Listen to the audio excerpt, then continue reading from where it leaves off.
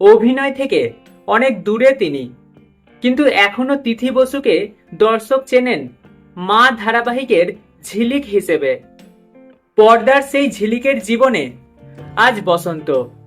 প্রথমবার প্রেমিকের সঙ্গে আদুরে ছবি পোস্ট করলেন তিথি। তবে এখনই প্রকাশ্যে নিজের বিশেষ মানুষটিকে আনতে চান না, তাই বিশেষ ছবিতে প্রেমিকের মুখ স্টিকার দিয়ে ঢেকে দিয়েছেন।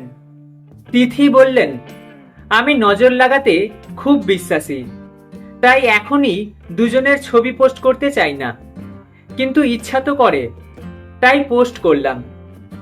এরকম ভ্লগিং করতে গিয়েই দেখা আমাদের। একটি সংস্থা আমায় ভ্লগিং এর জন্য নিয়ে গিয়েছিল, সেখানেই শুভজিতের সঙ্গে আমার দেখা। বাকি কাজটা ওই করে দিয়েছিল।